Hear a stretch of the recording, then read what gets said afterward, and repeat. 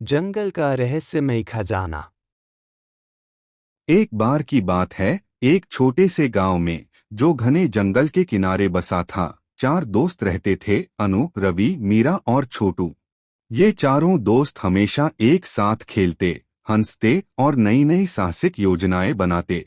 गांव के लोग अक्सर जंगल के बारे में डरावनी कहानियां सुनाते थे, लेकिन इन चारों दोस्तों के लिए जंगल एक रहस्यमयी दुनिया थी, जो रोमांच से भरी थी। एक दिन गांव के सबसे बुजुर्ग व्यक्ति बाबा भैरवनाथ ने बच्चों को एक पुरानी किताब दिखाई। उस किताब में एक नक्शे का जिक्र था, जो जंगल के बीच छिपे एक प्राचीन खजाने की ओर इशारा करता था। बाबा ने बताया कि यह खजाना सदियों से जंगल में कहीं छिपा है, लेकिन उसे पाने का रास्ता खतरों से भरा है। क्या यह सच है, बाबा? अनु ने उत्साह से पूछा।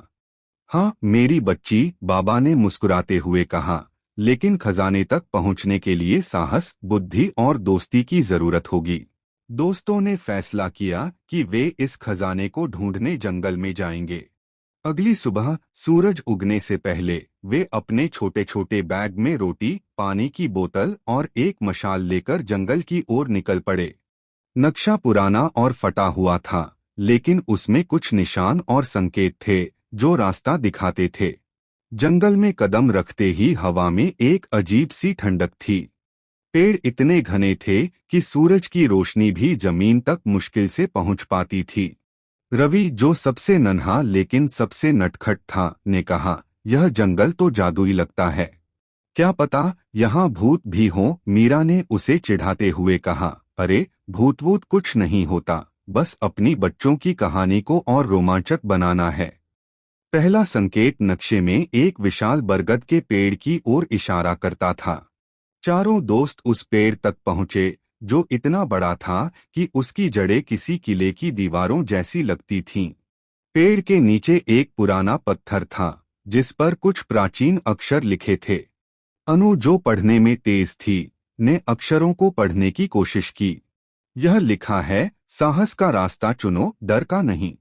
तभी पेड़ की जड़ों के बीच से एक गहरा गड्ढा दिखाई दिया।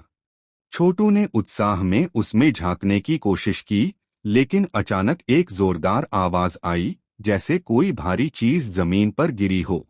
दोस्त डर गए, लेकिन अनु ने कहा, हमें डरना नहीं है। यह हमारी बच्चों की कहानी का पहला इम्तिहान है। वे गड्ढे में उतरे। अंदर एक लंबी अंधेरी सुरंग थी।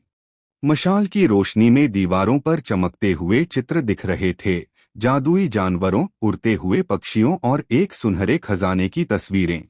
सुरंग के अंत में एक बड़ा सा दरवाजा था, जिस पर एक पहेली लिखी थी। मैं हूँ वह जो रात में चमकता, दिन में छिप जाता, मेरे बिना नक्शा अधूरा, मुझे ढूंढो तो खजाना पूरा। चारों दोस्त सोच में पड़ गए। यह क्या हो सकता है? मीरा ने कहा। रवि ने अचानक चिल्लाकर कहा, तारा! यह तारा है। रात में चमकता है, दिन में छिप जाता है। सबने उसकी बात मानी और दरवाजे पर एक तारे के आकार का छेद ढूंढा। छोटू ने अपनी जेब से एक चमकता हुआ पत्थर निकाला, जो उसने रास्ते में पाया था। उसने उसे छेद में फिट किया और दरवाजा खुल गया। दरवाजे के पीछे एक विशाल गुफा थी, जिसके बीच में एक सुनहरा संदूक चमक रहा था। दोस्तों की आंखें चमक उठीं, लेकिन जैसे ही वे संदूक की ओर बढ़े, गुफा में अचानक हलचल मच गई। दीवारों से अजीब सी छायाएं उठने लगीं। ये छायाएं जादुई प्राणियों की तरह लग रही थीं, जो खजाने की रक्षा कर रही थीं। यह क्या है? छोटू डरते हुए बोला। शांत रहो, अनु ने कहा, हमें दिखाना होगा। तभी एक छाया ने मानव रूप लिया और बोली, तुमने यहाँ तक का रास्ता तय किया, लेकिन खजाना केवल वही ले सकता है जिसका दिल सच्चा हो। उसने एक सवाल पूछा, तुम खजाने का क्या करोगे?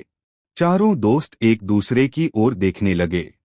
मीरा ने कहा, हम यह खजाना गांव वालों के लिए इस्तेमाल करेंगे, स्कूल बनाएंगे, गरीबों की मदद करेंगे। बाकी दोस्तों ने भी सहमति जताई।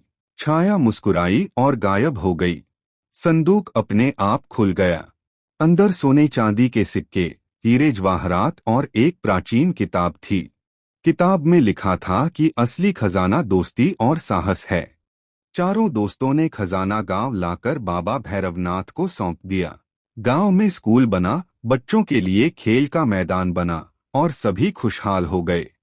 इस बच्चों की कहानी से हमें यह सीख मिलती है कि साहस, दोस्ती और सच्चाई से कोई भी मुश्किल रास्ता आसान हो सकता है।